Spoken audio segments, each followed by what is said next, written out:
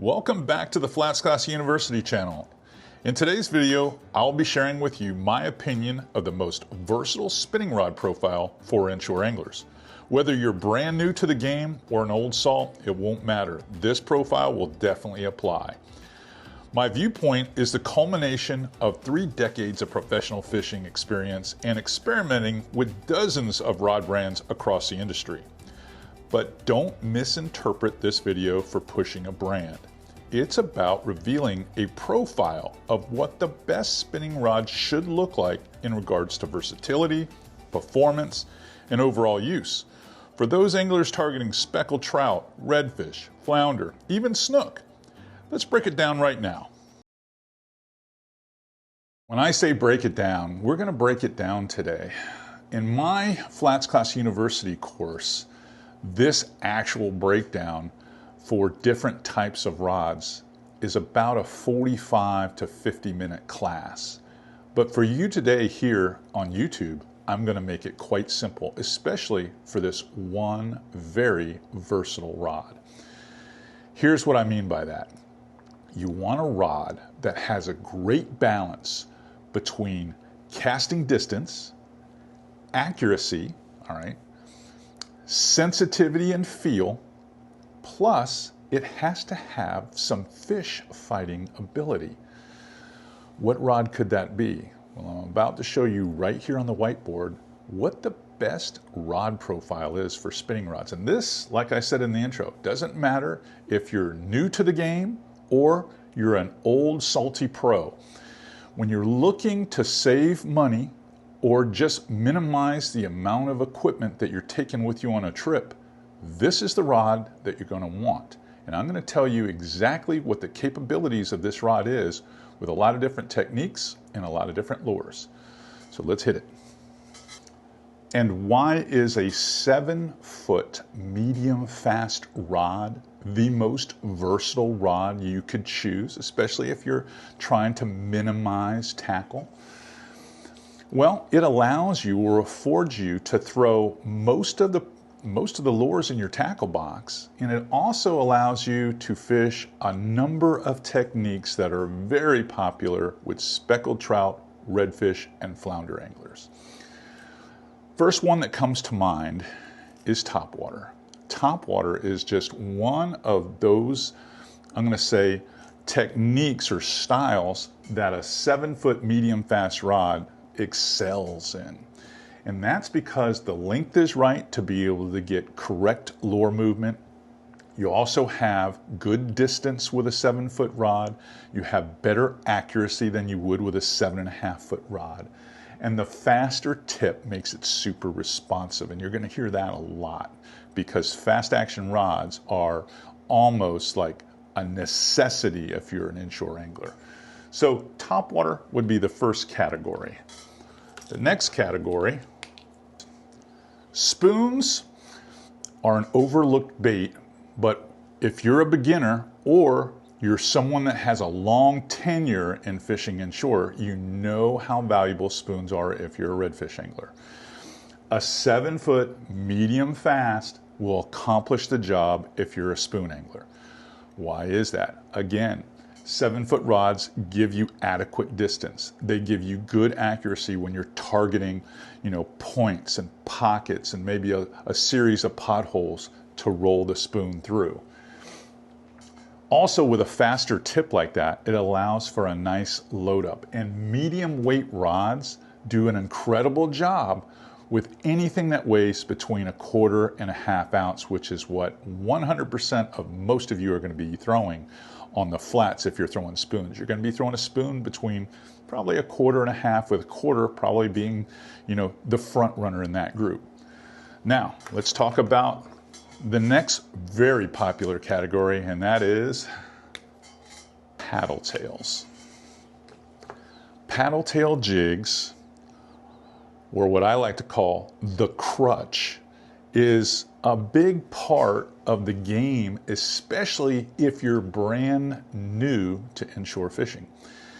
These baits are responsible for catching so many fish, and that's because you can cast them a good distance, because when they're on a jig head, they're weight forward, so they allow great casting distance. A 7-foot rod gives you superior accuracy, because that shorter rod lets you have more control on where you're casting. Again, that fast, responsive tip is going to allow you to use hook wires that are a little heavier, not super HD with a 7-footer, or I should say a medium weight rod, but a pretty fair hook, so you can have a good robust hook. And then the medium weight, well, that's going to let you throw everything from 1/8 ounce jig heads all the way up probably to about 3/8 of an ounce, because you remember, when you peg a plastic tail on these, it ups the overall weight of the jig. So many of you will be throwing 1/8, 3/16, and 1/4 ounce jig heads on your paddle tails. Again, 3 different styles, 1 rod. All right, let's talk about the next category right now. All right, twitch baits are the next category. As you move along on your inshore journey, if you're new to the game, like I said earlier, or if you're an experienced angler, you know suspending twitch baits, these plugs are a big part of your arsenal, or they should be. If you're fishing in fall, winter, and early spring, these guys catch everything. Speckled trout, snook, redfish, you name it, they catch them all. The best part about having a 7-foot medium fast is a lot of the profiles at Mirrolure fit in that 3/8 of an ounce all the way up to about 1/2 or 9/16, which is ideal for this particular rod. And with these being kind of the gold standard plug choice in inshore fishing, you're gonna find out that this is gonna work fantastic for you. I've got more. That's just 4. We're gonna start a whole new column over here. Texas rigs on a 7-foot medium fast rod. Well, it's a little trickier. There's a couple of just in case factors here. Moreover, when I'm teaching at FlatsClassUniversity.com, I'm telling most of my students there that they're going to have a blend of rods between medium heavy and medium, depending on the profile or the type of lure that they're throwing. But for this versatile little rod here, a 7-foot medium fast, you're going to probably be able to accomplish with a Texas rig some of these patterns that are a little slimmer, like the 4-inch diesel minnow, or the big TRD, or trout trick, any stick style bait that doesn't have a lot of body to it. The other nice thing about the Z-Man TPE Elastec group is they're very compressible. So you can bury the hook in the bait. I mean, literally bury it.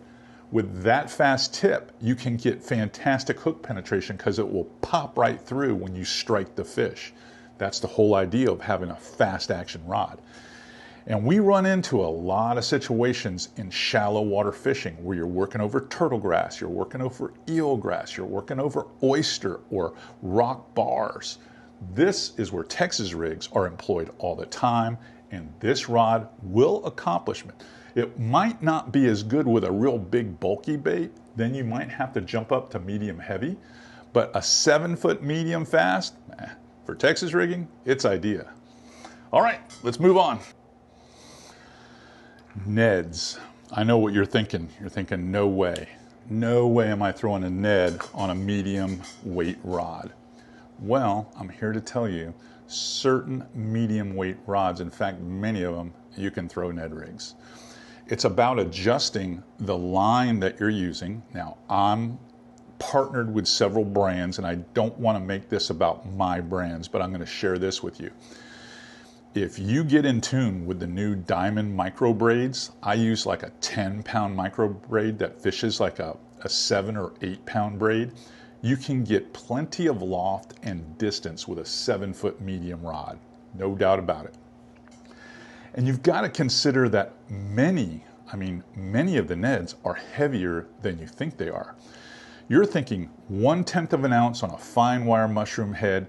Wow, that doesn't weigh very much. But when you peg The plastic, like with this finesse TRD on here, this whole thing weighs 1/4 ounce. Guess what throws 1/4 ounce really well? A 7-foot medium fast. All of a sudden, if you're sight fishing redfish, you've got it nailed with this particular bait. This will work. Same thing goes for some of these very light finesse Texas eyes with these TRD craws. All of this, when you weigh it on a gram scale, weighs enough to throw on this rod. So again, now we're up to 6 categories that you can throw on this versatile rod. One rod doing this much. Pretty good, huh? Now, let's get into some of the ones that aren't as, you don't think of right away, but matter. One of the most popular styles of fishing in inshore is popping corks. It's hard to argue with how effective popping corks really are. Now, for me, throwing a popping cork isn't the first thing that I grab every time I go out the door. But there are many places that I fish with dirty water or faster current where I'm trying to access underneath a mangrove shoreline and pull fish out. Popping corks excel. Or if I'm trying to work a huge marsh grassline that doesn't have a lot of different, those little features that make me want to gravitate right to it and I've got to find them, it's hard to beat a popping cork with a plastic jig, whether it be this little salty Ned shrimp or even if we're using the prawn stars. It just simply works. There's no arguing that. A 7-foot medium action rod allows you to throw the popping cork with the soft bait a good distance. It also, because it's so much manageable with a 7-foot length, you can get some nice steady popping action on that jig and plastic combo. The fast tip gives you that quick response that you need when that cork goes down. There's like a little bit of a delay and you're trying to drag this thing back. If you have too much of a moderate action, you can't get it back and get good hook penetration. But with a fast tip, you can. So yet again, another category. Let's talk, I'm going to surprise you with this one. Naturals. Yes, I know that's the dark side. That's the stuff that I don't really do that much, but I will tell you, as a professional fisherman and guide for 3 decades, fishing naturals was a big part of the game early on in my career. We fished a lot of shrimp on jig heads, we fished a lot of pilchard baits underneath corks, and we free-lined a lot of baits. Guess what rod is the best for doing that? Now, unless you need some incredible casting distance because you're in a large center console, if you're in a kayak, if you're a wade angler or shorebound angler, or if you're in a small skiff that is obviously a lot smaller footprint, Ginu, whatever, a 7-foot medium fast is perfect for throwing naturals, even cut bait. You're going to get great distance, you're going to get better accuracy, and you got a fast tip to load up those circle hooks, or if you've got that shrimp on a jig and you pitch it out across a flat where you can see some redfish moving around and you just let it sit and you're just kind of dragging it. As soon as you feel that, that sensitivity that you get from a fast tip is going to really come into play. Anytime you have a faster tip rod, it's going to give you that feel of what's on the bottom. Did I get a bite? It's the bite detection with a fast rod is much better than that with a more parabolic rod. All right, I'm going to give you one more bonus one, but there are probably a lot more I haven't thought of. But I'm going to give you one more bonus one that matters a lot, especially for you guys that like to see what you're throwing at. Sight fishing. Favorite part of my game. I love sight fishing, and as you move along the way in your fishing journey, you're going to like it too. Now, some of you live in areas where you don't really sight fish because you don't get the opportunity very often unless it's a big flood tide or something like that. But I'm going to tell you right now, having a 7-foot length rod gives you that accuracy that you need.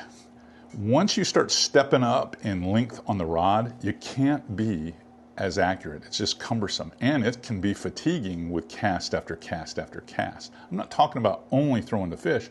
Lots of times you're throwing to prop scars, pockets, drains, little washouts and oyster bars, and accuracy is everything. Even skipping a little bit up underneath docks and whatnot, you're going to need that shorter rod. 7-foot rod is the right rod. You ask any pro what rod he prefers, and if he is multi-dimensional and fishes a lot of different styles, he's always going to say a 7-foot rod's the best. That's just the way it is. Now, on these particular sight fishing excursions, I'm throwing like Bugs jigs. I might be throwing Neds. I might be throwing little jerk shads, little 4-inch jerk shads, something soft that can land on the bottom. Again, you want that touch. You want to be able to feather that line. A medium weight rod will let you throw these baits that are only 1/4 ounce, and it'll let you throw them well. It's a lot harder to do that when you're picking up a longer rod or picking up a heavier rod. This rod is ideal for it, I promise you that. Even if you wanted to pompano fish, this is a great rod for pompano fishing on the beach, catching whiting, things like that. But mainly, I'm speaking to all of you that love the speckled trout and redfish game, because that's what this rod does the best. If you learned something valuable from this particular video, give us that thumbs up and hit that subscribe button. It helps the algorithm for FlatsClass University. And I'll be back here tomorrow to give you another lesson.